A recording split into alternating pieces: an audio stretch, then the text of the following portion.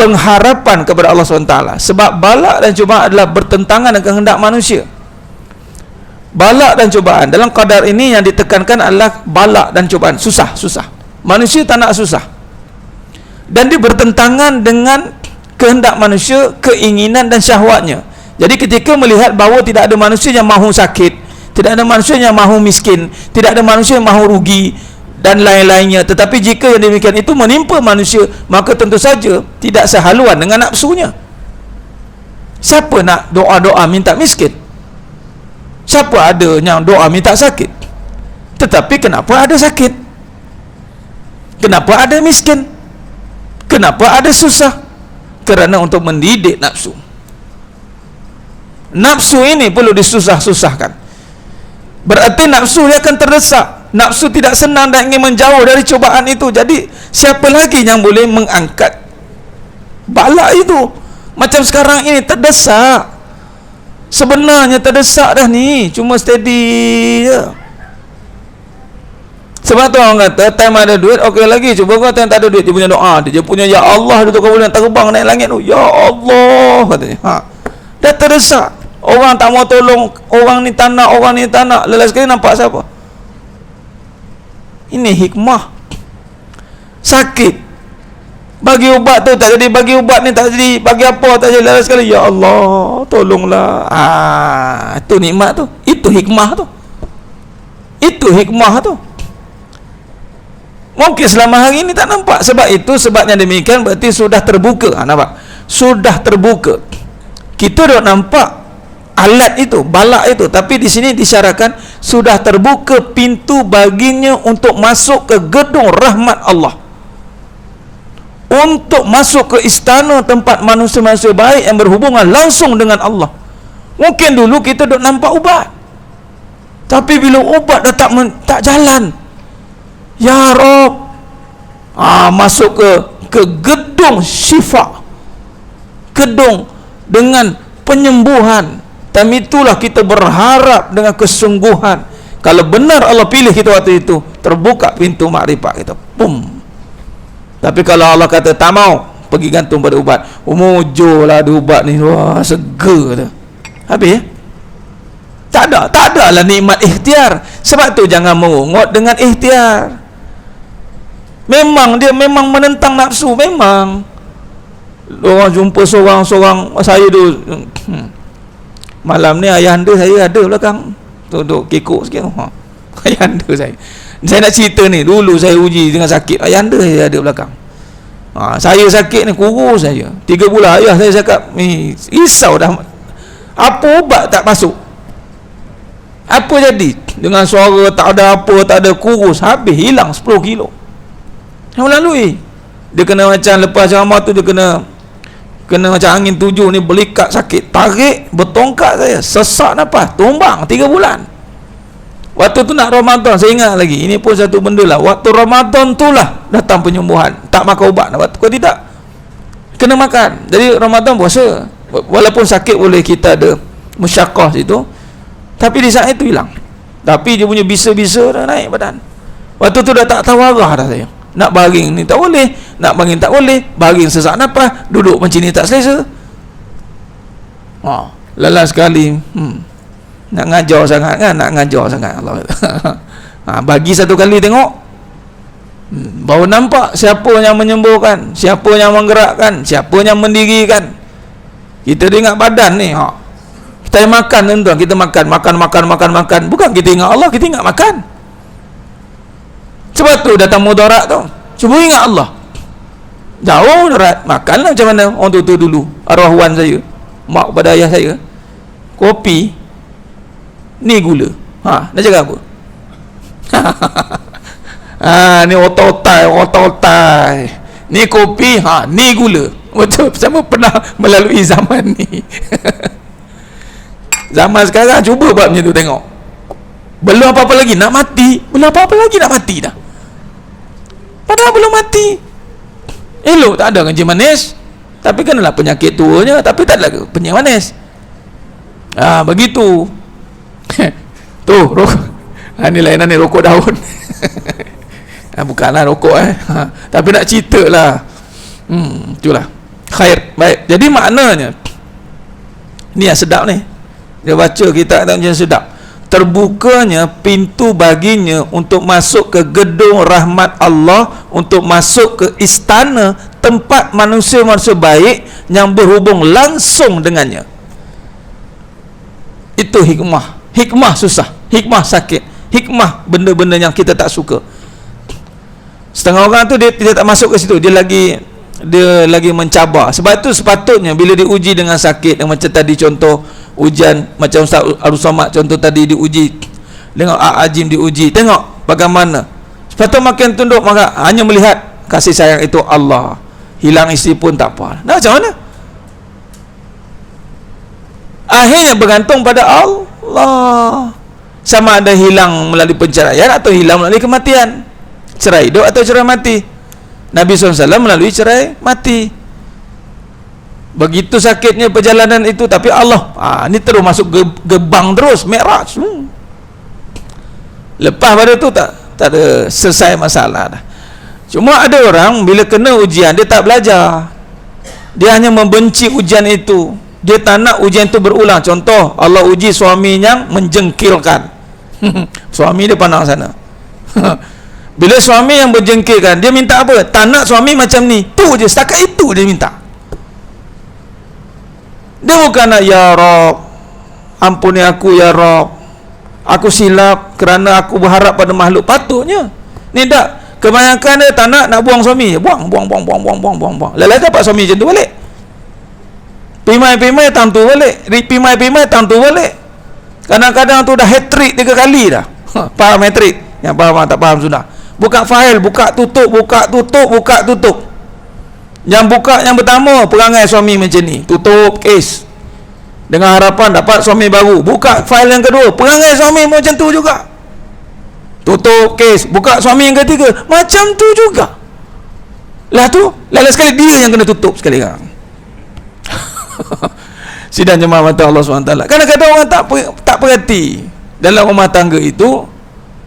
Ujiannya sakit itu untuk mendekatkan pada Allah. Itu maksudnya. Khair. Yang kedua, bala dan cubaan seperti sakit misalnya. Apabila datang menimpa manusia, berarti ia dapat melemahkan nafsu manusia, dapat menghilangkan kekuatan nafsu, dan dapat membatalkan sifat-sifat nafsu, di mana dengan nafsu dan sifat-sifat itu dapat menjatuhkan manusia ke dalam dosa, ke dalam maksiat, dan ke dalam ambisi ataupun keadaan semangatnya yang kuat, azam yang kuat untuk mengejar keduniaan. Ni hikmah dia bagi sakit. Tak percaya, jom pergi kita buat ziarah ke hospital. Kita pergi hospital Columbia ataupun Prince Court, canggih tu. Cuba tanya, nak Lazada, tanya nak bercuti ke nak duduk sini check in terus ke? Satu dia, saya nak sembuh. Bila tengah sakit, tengah lemah, dia tak hirau dah Columbia ke Prince Court ke apa ke, yang tahu aku nak sembuh, aku nak keluar daripada tempat ni. Pergilah KPJ ke apa, PJ ke apa benda ke, swasta ke apa ke, ceritanya aku tak nak apa-apa, nak sembuh. Ni sebab itu kalau kita tanya di situ, dia nak, kalau ikutkan nak Allah, sembuh tu nama Allah. Kalau bagi ubat tak nak sembuh, mungkin kita tak mau. Doktor ni boleh makan ni macam berapa kali sembuh ni? Aku pun tak tahu dah. Doktor pun benin. Sebenarnya begitu kan nak ubat. Doktor bila nak sembuh ni, nak baik ni, bila nak baik. Jadi maknanya di sini, bila kata Allah uji sakit, nafsu tu akan down, boom, terus menjunam ke bawah, habis rapat. Baru kita ingat. Lepas tu Nabi kata, sihat sebelum sakit. Sikit, betul kita buat kesimpulan dengan saya tulis akan berajah. Di sini dituliskan ada 4 hikmah. Yang ni yang kedua tadi, yang ni bila sakit nafsu lemah. Sakit nafsu lemah. Bila nafsu lemah, hilang keinginan untuk buat maksiat, nak buat dunia, kejar dunia, kurang. Sakit. Tapi bila sihat, menjadi balik. Itu masalahnya tu. Sebab tu bila kata datangnya hikmah sakit, bukan kata nak sembuh cepat itu. Memang kita nak, tapi kita lihat hikmahnya. Bila sakit, kita banyak akan lebih istighfar, kita banyak akan lebih ingat, banyak akan kita berazam, aku nak solat, aku nak ini, macam itu. Tapi kalau biasa sihat, jarang. Okey, sihat ni, nak baca Quran banyak-banyak, contoh kan. Dia kalau sihat dia macam biasanya akan pergi kepada adatnya begitu. Bal tu'sirunal hayatad dunya. Biasanya sihat dia akan pergi kepada benda-benda yang lari daripada kehendak Allah. Dia akan menuruti nafsu. Contoh macam sihat lah, time makan je lah. Akhirnya tinggal ibadat. Kerja dia cari makan, dia kerja je, contoh. Baik, itu yang kedua. Tadi yang pertama menumpukan. Bila ada masalah, cubaan, tumpuan meningkat. Kedua, Allah bila datang sakit, maka mengurang, menundukkan nafsu. Hikmah yang ketiga, menambah taat. Bagi cubaan dan bala kepada hamba Allah yang saleh, bererti menimbulkan taatnya kepada Allah. Hati yang terdapat tidak untuk bersabar dengan cubaan yang datang. Pertama, dia akan sabar, dia akan redha, dia akan tawakal dengan qada dan qadar yang berlaku, yang terjadi pasti terjadi. Malah di sini dikaitkan bahawa apabila hikmah tu mula masuk ke dalam hatinya, walau sebesar atom, tulis ni, sebesar atom, namun kebaikannya adalah lebih tinggi nilainya dari amal ibadah lahiriah, meskipun sebesar gunung. Tuan-tuan sedang mata Allah SWT. Sebab tu ada kalanya kita kena uji, kena diberi susah. Sebab tidak sama dengan solat, tidak sama dengan zahir itu. Sebab itu amalan itu bila kita diuji dengan kesusahan dalam kehidupan, ditambah dengan ibadat yang ada, match. Sebab tu walaupun sebesar atom masuk ke dalam hatinya, kebaikan itu lebih bernilai daripada amal lahiriah sebesar gunung. Tak ada uji apa-apa, maknanya tak pergi berjihad, tak pergi berdakwah, tak kena maki, tak kena kutuk, tak kena pulau, tak feel. Itu Nabi melalui jalan tu. Jalan dihina, jalan dicabar, jalan nak diancam. Sebab tu jangan kita duduk dalam comfort zone sebenarnya Muhammad Allah SWT. Sebab kalau kita nak masuk ke gerbang nikmat pada amal itu, dia mesti melalui hati. Hati ni mesti diuji. Ni dah ni. Dah. Dan puncak dan pokok utama dari sekalian amal ibadat itu adalah pada hati. Apabila hati baik, maka secara automatiknya sekalian amal itu akan menjadi baik. Jadi maknanya lihat. Sebab tu bagus dengan kesusahan yang ada. Sebab dia akan mematang atau menguatkan hati kita. Baik, yang terakhir, yang keempat, hikmah Allah mendatangkan balak dan cubaan itu adalah untuk menghapuskan dosa-dosa kita dan kesalahan kita terhadap Allah Subhanahu wa ta'ala.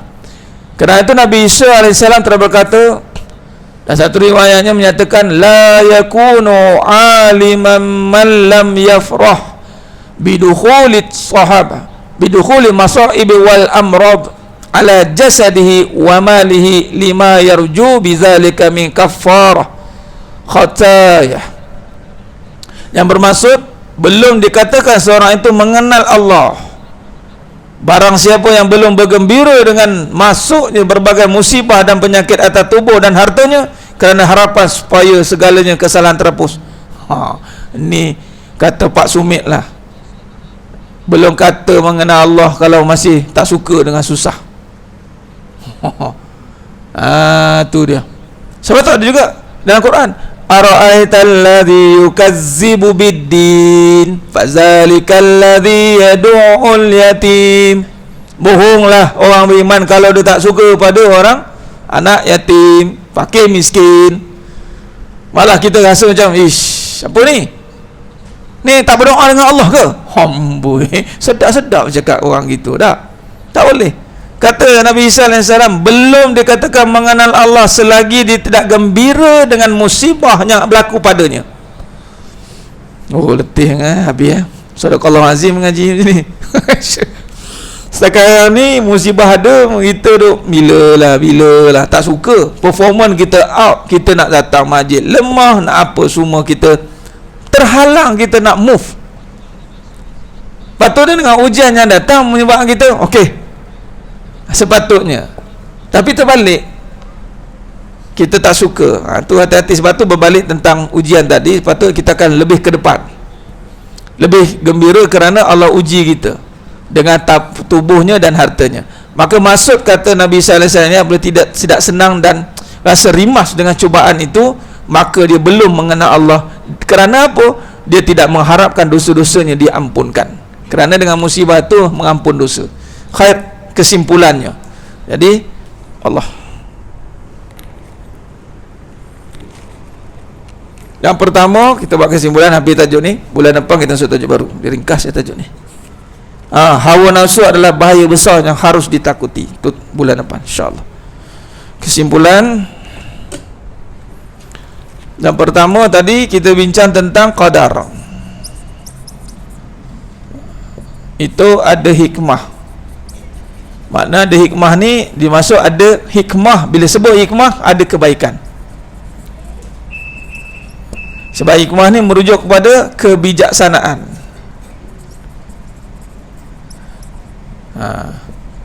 Apa kebaikannya? Yang pertama kita bincang tadi, tumpuan meningkat, tumpuan kepada Allah naik. Kadar yang mana ni? Balak dan ujian, cubaan. Maknanya bertentangan dengan nafsu kita. Miskin, sakit, susah dan sebagainya. Baik, yang kedua, melemahkan nafsu. Yang mana kita sedia maklum nafsu ini membawa kepada maksiat. Sebab tu ketika makin bila diuji, nafsu patut lentur, bukan makin tinggi lagi, makin lagi nak lawan, lagi nak gaduh. Patutnya tak, dia slow down. Ini bila Allah uji sakit. Allah uji dia sakit terus, nafsu dia akan terus ke bawah, maka maksiat pun kurang. Ini hikmah lah. Yang ketiga apa tadi? Taat bertambah bagi orang soleh. Sebab tu kita tengok, jangan sian dia kena uji, sian macam tu tadi Ustaz Somad banyak saya tekan ni sebab benda tu isu. Tapi taatnya bertambah, apa masalah? Hati-hati, sebab ada orang dia uji jadi taat berkurang. Itu hati-hati. Daripada rajin jadi malas, daripada taat jadi derhaka, daripada jadi isteri solehah jadi isteri yang toleh, isteri yang derhaka. Dulunya bertudung, tiba-tiba dia buang tudungnya, contoh. Di saat-saat itu juga dia berubah perangai dia. Hati-hati.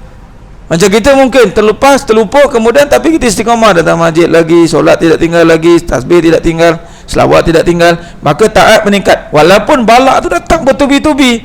Jadi lepas ni ilmu dah ada, tuan-tuan. Jangan dihukum dengan yang datang. Lihat ke mana pergi dia. Kalau dia datang masjid, menteri istiqamah, kita kena husnuzan. Dan kemungkinan dia ni orang soleh, bukan calon-calon orang. Jangan kita pandang, isiannya ini mesti solat dia tak ikhlas ni. Tak pasal-pasal solat tak ikhlas apa? Tak sedar-sedar hati cakap. Ni ustaz mengajar mesti tak ikhlas dia. Duk mengajar itu kan? Okey lah tu. Lain lah kalau lepas kena tu terus kena tak mengajar, lesen habis apa, tak mana-mana pergi. Tu lain. Aku dah kata dah ustaz tu tak betul. Ni kalau dia mengajar lagi, dia terus sekomah apa, betul lah tu. Ada pun ujian dia tubi-tubi kena, bukan dia minta pun, mungkin Allah nak bagi dia faham. Begitu. Yang keempat, contoh sikit. Ada satu kes ni, dia cerita pasal makrifat. Dia menggelarkan diri dia guru. Ada satu tempat tu lah, saya tak sebut lah mana. Bila kita tengok track record hidup dia, macam-macam ujian dia. Antaranya penceraian kena, dengan anaknya berpaling dengan dia. Tapi bila tengok dia keluar terus dalil, tak payah solat, pening. Tiba-tiba keluar dalil tak payah solat. Maknanya kita tahulah kat mana kedudukan dia tu. Macam tu je. Bila kata ujian tu datang, kemudian amalan tak lekat, itu baru betul dia kata balak je melekat. Sebab kita tahu dah sebab dia macam tu dah datang balak. Tapi kalau kata balak datang, ujian datang, taat maintain dia. Okey, maknanya dia orang yang soleh. Dalam-dalam jangan sebut, jangan kacau, kita tak tahu. Itu maksudnya. Dan yang terakhir, penghapus dosa.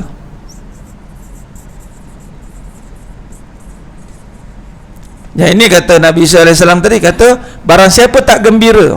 Ini payah ni tuan-tuan, sedang jemaah mata Allah SWT. Hikmahnya, kenapa kata gembira? Sebab apa benda yang lebih menggembirakan kalau dihapus dosa? Sedangkan nak masuk ke syurga itu adalah dengan diampunkan dosa. Itu je lah. Iblis banyak amal, tapi dosa tak terampun. Sekali buat hat-trick dosa dia. Hat-trick kufur, terus kufur. Kita tak mau begitu. Walaupun amalan kita sedikit, tapi keampunan kita banyak, itu memadai. Daripada amal banyak, murka lagi banyak. Sebab tu kata almarhum Datuk Abbas Sandi, dia kata waktu sebelum dia meninggal, dia kata apa? Syarat nak masuk syurga tanpa hisap itu ketika mati mendapat ampunan Allah. Kalau Allah ampunkan dia, syurga. Nak timbang apa lagi? Apa dosa tak ada? Yang jadi isu, dosa tak diampunkan. Bila dosa tak diampunkan, buka audit dah. Audit buka satu, tengok timbang tara mana banyak, mana ni. Kalau dah diampunkan dosa, selesai. Sebab tu ada dosa-dosa yang tidak cukup diampunkan dengan Astaghfirullahalazim. Tak cukup dengan lafaz. Dia kena uji dengan sakit, dia uji dengan susah, dia uji dengan duit tak ada, dia uji dengan makian, diuji semuanya. Rupanya nak hilangkan dosa yang tak terhapus dengan istighfar lafaz istighfar. Jadi kita kena gembiralah sepatutnya. Jadi sidang jemaah mata Allah SWT, itulah kesimpulannya 4 perkara hikmah yang kita boleh lihat. Jadi insya-Allah dengan suasana ni, kena pula dengan tajuk ni, jadi kita bersangka baik dengan Allah SWT. Dan penutupnya di sini kata satu hadis Nabi SAW, mafhum hadis, barang siapa yang dikehendaki Allah pada orang itu kebaikan, maka Allah cuba orang itu dengan cubaannya. Itu dia. Sebab itu kalau kita lihat Fir'aun, Namrud, Qarun, mana ada ujian? Sesama pun tak ada, resdung pun tak ada. Fir'aun bersin pun tak ada. Itu jadi ana rabbukumul a'la. Kita ni kena sejuk sikit dah, semua dah. Duduk lama sikit dah krem. Allah. Okey, tu tanda Allah sayang lah tu. Jangan ni kebal tak sakit-sakit. Tu problem tu. Sebab tu kadang-kadang orang cakap kita kena tukar. Sakit ni, saya akan cakap itulah tanda sihat. Sakit itulah tanda sihat. Maknanya kita terbalikkan balik, ada hikmahnya. Mana sihat lah tu, mana kalau sakit tu sihat lah tu. Kita tak nak merungut dengan kesakitan itu, insya-Allah. Jadi saya rasa cukup setakat itu. Terima kasih banyak atas perhatian dan kerjasama yang diberikan oleh tuan-tuan dan jemaah mata Allah SWT yang hadir pada malam yang penuh barakah ni. Mudah-mudahan Allah bantu kita, berikan kekuatan kepada kita. 4 hikmah ini yang meresap dalam hidup kita. Mudah-mudahan kita terhindar jauh daripada perkara yang Allah murka ketika Allah uji kita, supaya kita makin dekat dengan Allah SWT.